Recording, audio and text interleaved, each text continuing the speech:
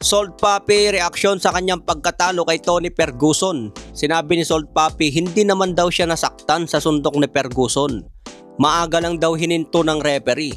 Maganda naman yung pinakita ni Salt Papi. Maikot sa loob ng ring. Pero mas humanga ako sa head movement ni Tony Ferguson.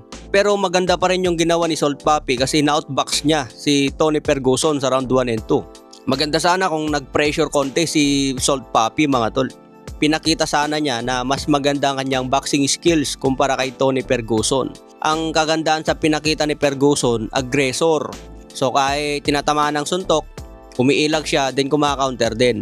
So pagdating ng round 3, ang nangyari kay Salt Papi, hindi na kasi siya gumalaw sa corner. So nasuntok siya, solid din yung mga patama ni Ferguson, pero hindi yung tipong malakas na banat yun. Saktong patama lang yun yung ginagawa ni Tony Ferguson kasi hindi naman ito boxer. MMA ito mga tol eh. Pero may boxing skills, maganda yung head movement. So ang pagkakamali lang ni Salt Papi dito, nagpa-corner.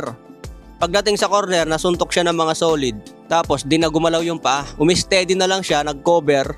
Ang problema lang kay Salt Papi, hindi kasi gumalaw. Kaya hininto ng referee. Maganda sana ginawa ni Salt Papi nag-lateral movement habang naka-cover.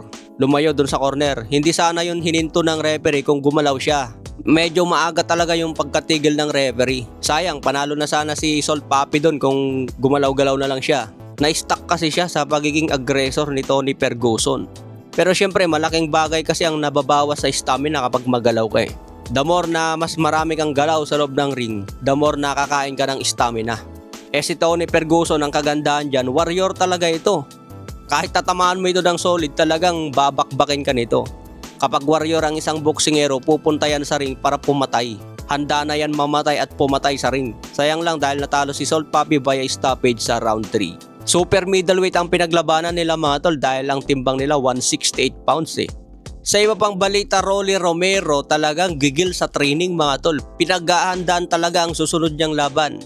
Parang may gustong patunayan si Rolly Romero sa kanyang next fight. So ito na ba ang laban niya kay pambansang kamao Manny Pacquiao? Pero sinabi nga niya sa kanyang interview, malaking chance na si Manny Pacquiao ang posibleng kalaban. Tinanong din si Rolly Romero kung ano yung nakikita niya sa laging laban ni Pacquiao kay Barrios na pwede niyang gawin para talunin si Manny Pacquiao. Sinabi ni Rolly Romero, makikita na lang daw sa laban.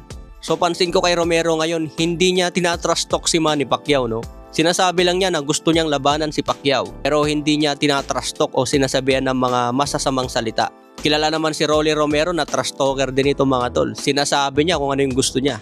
Pero pagdating kay Manny Pacquiao, medyo pili yung sinasabi niya. Matatanda ng sinabi niya nung kinall out niya si Manny Pacquiao. Gusto ko rin magkaroon ng Hall of Famer sa aking resume.